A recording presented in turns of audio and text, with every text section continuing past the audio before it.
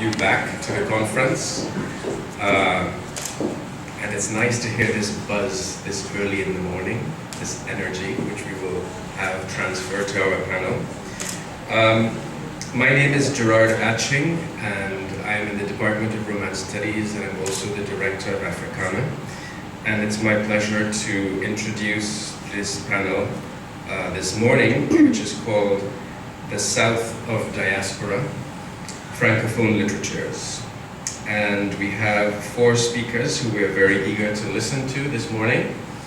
And what I will do is I will give their names, their titles, so that they will just follow the order as you have the order here in the program.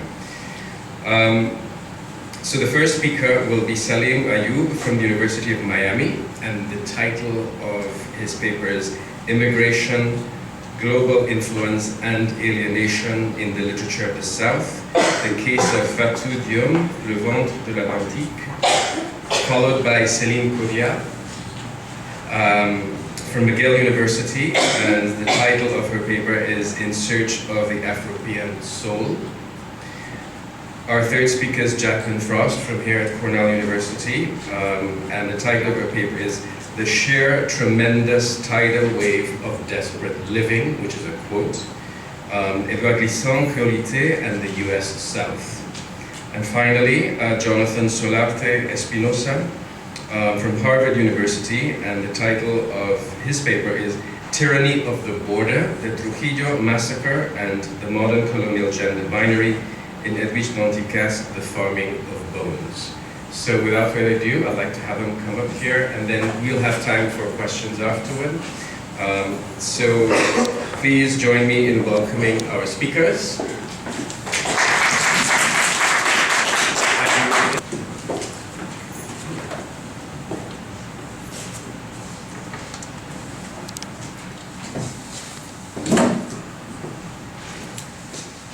Thank you very much. I'd like to start by thanking the conference organizers, and especially Benedetta, and fellow panelists, and Professor Atching, and my hosts, Adam and Nick, for your hospitality. And I'd also like to acknowledge the sacred burial grounds of the Haudenosaunee Cayuga indigenous people on which we currently find ourselves. I just would like that to be present with us. So now I'm going to start. So, nearly 8 decades prior to the present-day refugee crisis in Europe, on July 7th, 1938, on the eve of the Second World War, another refugee crisis occurred, namely that of Europe's Jewish refugees under Hitler's regime, and it has an uncanny and very important connection to the Haiti and the Dominican Republic's migrant crises, past and present. On this date, what is known as the Avion Conference was held in Avion-les-Bains, France. Through U.S. pressure, delegates from 32 nations convened to discuss what could be done to help Jewish refugees from Europe. During the conference, the British and French governments stressed that, due to Britain's high levels of unemployment and France reaching its, quote, extreme point of saturation, neither was able to welcome Jewish refugees. Australia reportedly explained, quote, as we have no real racial problem, we are not desirous of importing one, end quote. Clearly, no Aboriginal peoples were invited to this occasion to share their perspective on their unreal racial problem. While most of the delegates present expressed their own varieties of the standard diplomatic platitudes of concern, almost none were willing to commit to granting asylum to the Jews, which unfortunately only served to embolden Hitler's resolve. Almost none. The sole world leader to offer 100,000 visas and 26,000 acres of land was none other than General Rafael Leonidas Trujillo, the dictator of the Dominican Republic. What on the surface appeared then to be an act of benevolence, when put into historical and political perspective, is revealed to be part and parcel of the cynical machinations of a racist genocidal dictator. Almost a year prior to the Avion Conference, over the span of a week in early October 1937, Trujillo authorized the ethnic cleansing of dark-skinned Haitian migrants and Dominicans of Haitian descent, living and working in the borderlands of the Dominican Republic. The Trujillo Massacre is also known as the Parsley Massacre because soldiers are said to have approached thousands of people on the border, forcing them at gun and machete point to pronounce the Spanish word for parsley, perejil, a shibboleth to prove whether they were Dominican or Haitian. Those who pronounced it with a Creole accent were murdered, which also gives the event a third name in Haitian Creole, Kut Kutoa, the knife blow. While there is no consensus on the number of victims, with estimates ranging from the Dominican Republic's own conservative figure of 547 to several thousands according to various international sources, it is in response to this massacre that, a year later, Trujillo tried to redeem his reputation on the world stage. Trujillo, however, his aid to Jewish refugees was not only a PR damage control gesture, indeed it was integral to his ongoing ethnic cleansing efforts. Precisely as the Trujillo massacre was an anti-Haitian and anti-Black campaign to whiten the Dominican Republic by Dominican standards inherited from European colonialism, so too was the plan to receive fair-skinned Jewish refugees from Europe. While he invited 100,000 of them to the DR, his highly restrictive criteria, for instance his preference that they be single young men and farmers, resulted in only about 800 refugees entering the country, most of whom moved on to the United States. Nearly 8 decades since the Trujillo massacre, the ethnic cleansing at this same border continues. As we speak, the DR is deporting between 50 and 100 Haitian migrants and Dominicans of Haitian descent per day. In 2013, a change to the Dominican Constitution rescinding birthright citizenship was made retroactive to 1929, thus resulting in scores of thousands of Dominicans of Haitian descent becoming stateless. So this image here is of those very people who have the proof of their citizenship, but it was completely erased. Having provided this historical and current context, in the rest of my presentation, I will give a brief overview of my choice of theoretical framework, namely decolonial studies, thereby positioning my work within a larger epistemological and political project of decolonization. I will then present some of the major models of understanding Haitian and Dominican Republic relations. And finally, I will consider how Haitian-American author Edwidge Danticat's 1998 novel, The Farming of Bones, helps us to rethink those models with particular attention to the European post-gender binary, another type of border. Decolonial studies is an epistemological and political framework that positions itself radically in opposition to Eurocentrism, whether that is by, quote, confronting and delinking from the colonial matrix of power, as prescribed by Walter Mignolo, or, quote, thinking in radical exteriority, end quote, to use Alejandro Vallega's expression. Two key concepts I would like to introduce are the coloniality of power and the coloniality of gender. First, the term coloniality itself. The way it's used by decolonial theorists is in juxtaposition to the term modernity.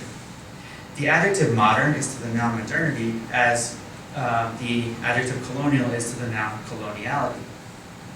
And they're two sides of the same coin. In other words, European modernity would not have been possible without European colonialism. And while Eurocentric histories tend to downplay the importance of colonialism, decolonial thinkers seek to recenter it, as Walter Mignolo explores in his 2011 book, The Darker Side of Western Modernity, Global Futures, Decolonial Options. The coloniality of power is a concept introduced by Peruvian sociologist Aníbal Quijano. It has its beginnings with the European conquest of the Americas and the concomitant founding of modernity, with the intertwined legacies of global capital and racial categorization that have driven and continue to drive production and domination globally. Unlike post-colonial theorists, decolonial thinkers maintain that coloniality has persisted in spite of the eradication of formal colonial administrations in the 19th century in Latin America and the 20th century in Africa and Asia. In other words, the post in post-colonial is misleading.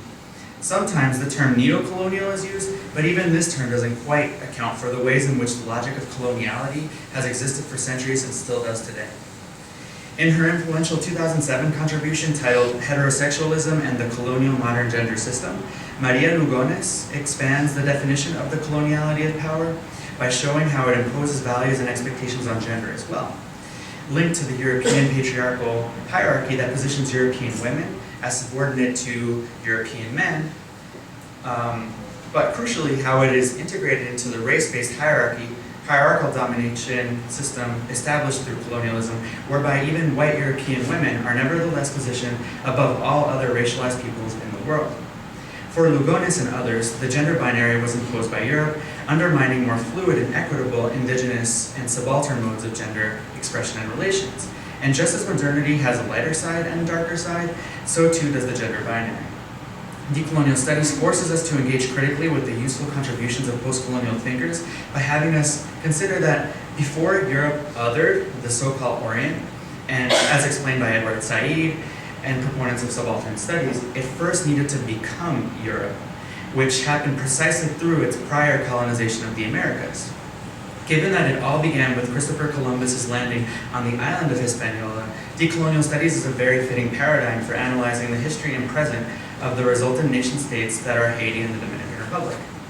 The nation-state model itself has been inherited from Europe, and with its emphasis on racial and cultural homogeneity, even after formal colonialism, the nation-states that have resulted from the various Latin American independences of the 19th century have perpetuated the extermination and marginalization of Afro-descendant peoples and indigenous peoples. This is crucial in order to understand Haitian and Dominican relations. A prominent model for understanding these relations is known as the fatal conflict model, best exemplified by US journalist Michelle Walker's 1999 text, Why the Cocks Fight, Dominicans, Haitians, and the Struggle for Hispaniola. To quote her directly, to enter politics on Hispaniola is, in effect, to enter a fighting ring. The metaphor works both ways. The cockfight represents men's fight for power, but at some point in the ritual of the cockfight goes beyond just representing the way politics and society are structured. In reality, the leaders on both sides of the island have themselves taken on the identity of the fighting cock so intimately that the rooster is man and the man rooster. Politics begins to imitate the cockfight instead of the other way around, end quote. Walker paints over every aspect of Haitian and Dominican life, politics, and geography with her metaphor, adding, for instance, quote, even the geography of Hispaniola suggests a cockfighting arena, end quote. She expands beyond just the cocks to include the cocks' owners, the spectators, the profit motive, and the entire economy associated with this sport, which in the Haitian and Dominican diasporas in the US is by and large an illicit underground economy. As much as she indulges in this metaphor, she occasionally makes an effort to remind us about the humanity that is often obscured by her curious choice. She states, and I quote again, the cockfight is not about the roosters, or not just about the roosters, it is about the men. That is, the essence of the symbol of Hispaniola two countries, where cockfighting and life imitate each other. The confrontations between the Dominican Republic and Haiti, trapped and fighting for limited territory, have been dramatic and tragic, end quote. Most reviews of Walker's book, from knowledgeable academics and non-academics alike, seem to take completely for granted that the dynamics Walker describes, namely the all-out conflict between both nations, are based in fact. In his 2003 article, Not a Cockfight, Rethinking Haitian-Dominican Relations, Cuban-born ethnologist Samuel Martinez takes a critical stance by exposing two especially egregious received ideas about the island of Hispaniola, to which Walker's popular book breathes new life. Indeed, it is sometimes the main or only reference for many on Haitian-DR relations. The first idea posits citizens of each country as always and constantly hostile toward their island neighbors. The second is that both nations are vying for control over the island of Hispaniola. The three main premises of the fatal conflict model, as explained by Martinez, are that, quote, each country is fated to regard the other as its main foreign nemesis. The two nations are engaged in a total conflict, and the conflict is fatal because it is not only predestined, but a fight to the death. Martinez rightly points out that this model completely ignores historical continuities in moments of Haitian-Dominican solidarity, cooperation, and mutual understanding. In his critique of Walker's overused cockfighting metaphor, Martinez proposes what he considers a more accurate animal analogy, a game of cat and mouse. His description is every bit as vivid and seductive as Michelle Walker's. To quote him at length, more a game of cat and mouse than a cockfight, the struggle is one in which only one party bears deadly weapons, and only the survival of the weaker party is at risk. Yet, in this game, the point is not to eliminate the mouse, but to prolong its pursuit indefinitely. Doing away with the mouse would be counterproductive to the cat's larger ends, for a dead mouse would leave the cat with no one to blame for things going wrong in the house, and no spectacle of pursuit with which to divert the attention of the residents from the dwindling stocks in the larder. End quote. While I appreciate Martinez's critique of Walker's misguided characterization of Haiti-DR relations, and especially the model that he so meticulously draws from hers and others' misconceptions about the context of Hispaniola, I find it both ironic and regrettable that he in turn has to resort to an animal metaphor. I would like to make a specifically decolonial move here by referring to the distinction between humanitas and anthropos, which Walter Mignolo explores in a 2009 article titled "Who Speaks for the Human in Human Rights?", in which he elaborates on the distinction as presented in Japanese philosopher Nishitani Usamu's article Anthropos and Humanitas, Two Western Concepts of Human Beings. Mignolo boldly asserts that, and I quote, "The concepts of man and human went hand in hand with the emergence of the concept of rights. In other words, the idea of human and the idea of rights, both separately and in conjunction, have been invented by humanists of the European Renaissance," end quote. He then introduces an important distinction, to wit, that, quote, "the Roman legacy of humanitas and civitas were rehearsed when European men and citizens appointed themselves to carry civilization to the anthropos of the planet," end quote. Thus, white, Western, and global Northern bodies have an access to humanity that is all too often denied to Black and Brown people or the majority of the world's population. To move away from the animal metaphors and also from the problematic focus on the fatal conflict view of Haiti and the Dominican Republic's relations, as I wrap up, I would like to shift my focus to Haitian-American author Edwidge Danticat's 1998 novel, The Farming of Bones, which I argue, against the might of the colonial power matrix, beautifully and defiantly insists on humanizing those so often denied humanity, and she does so in a way that honestly portrays the violence, but also the interracial and intercultural solidarities and continuities shared by Haitians and Dominicans. Danticat's novel richly immerses readers in the historical and political context of the Trujillo Massacre, with close attention to nuance and detail.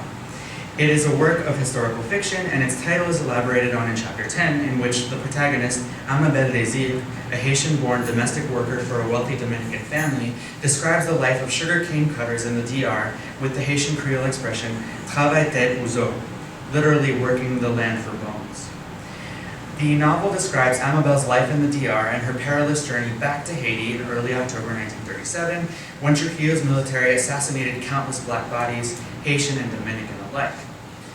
She reappropriates the figure of perejil, or parsley, which again is said to have been the life or death shibboleth, which was used to prove Dominican identity. She asks via her character Amabel, and I quote from the novel, "But parsley? Was it because it was so used, so commonplace, so abundantly at hand that everyone who desired a sprig could find one? We used parsley for our food, our teas, our bath, to cleanse our bodies, our insides as well as our outsides. Perhaps the Generalissimo, Trujillo, in some larger order was trying to do the same for his country," end quote. I find Danticat's attention to racialized gender through her use of a Haitian woman protagonist is especially important for nuancing both Haitian and Dominican conceptions of race and gender, as well as levels of violence of the Trujillo Massacre, which were not equally experienced and still are not today in today's deportation crisis. In my remaining time, I will tease out some of these nuances by offering the beginnings of a close reading of an especially significant scene. When Amabel's employer, wealthy, fair-skinned Dominicana Señora Valencia, goes into labor, this is at the beginning of the novel, Amabel, who unexpectedly finds herself tasked with serving as Señora Valencia's midwife, makes a telling observation, quote, "Anything could happen in my absence, the worst of it being if a lady of Señora Valencia's stature had to push that child out alone, like a field hand suddenly feeling her labor pains beneath a tent of cane," end quote. After giving birth to a fair-skinned boy who is named Rafael in honor of Trujillo, Señora Valencia gives birth to yet another child, a darker-skinned girl that they named Rosalinda. Señora Valencia entreats her servant, quote, "Amabel, do you think my daughter will always be the color she is now? My poor love, what if she's mistaken for one of your people?" End quote. By your people, she is referring to Haitians, of course, and in doing so, she fears the oft-occurring but seldom named conflation between Black Haitians and Black Dominicans. Indeed, the racial and gender politics of the Dominican Republic are thrown into sharp relief in this birth scene. Dr. Javier, who joins the scene too late after Amabel has already delivered Señora Valencia's twins, remarks about Rosalinda, quote, "She has a little charcoal behind the ears, that one. end quote. Senora Valencia's father, a character referred to as Papi, replies very tellingly, and I quote again, "It must be from the father's side of the family," Papi interjected, his fingertips caressing the skin of his sun-scorched white face. "My daughter, Senora Valencia, was born in the capital of this country. Her mother was of pure Spanish blood. She can trace her family to the conquistadores, the line of El Almirante, Cristobal Colon, and I myself was born near a seaport in Valencia, Spain." End quote. I wish I had more time to fully do justice to the rich complexities of this novel, but the initial analysis I've been able to share here is part of a more in-depth analysis in my dissertation in which I center Danticat's voice as a member of the Haitian diaspora and her reading of the Trujillo Massacre for its nuanced attention to the intersections of race, gender, and coloniality, for her depiction of the plight of both Haitian migrants and Dominicans of Haitian descent alike, as relevant during the Trujillo era as it is in today's deportation crisis. And finally, in spite of the virulently xenophobic and racist rhetoric of Dominican elites, for Danticat's revisioning of the relations between everyday Haitians and Dominicans, which she imbues with a promise of solidarity and understanding. Thank you.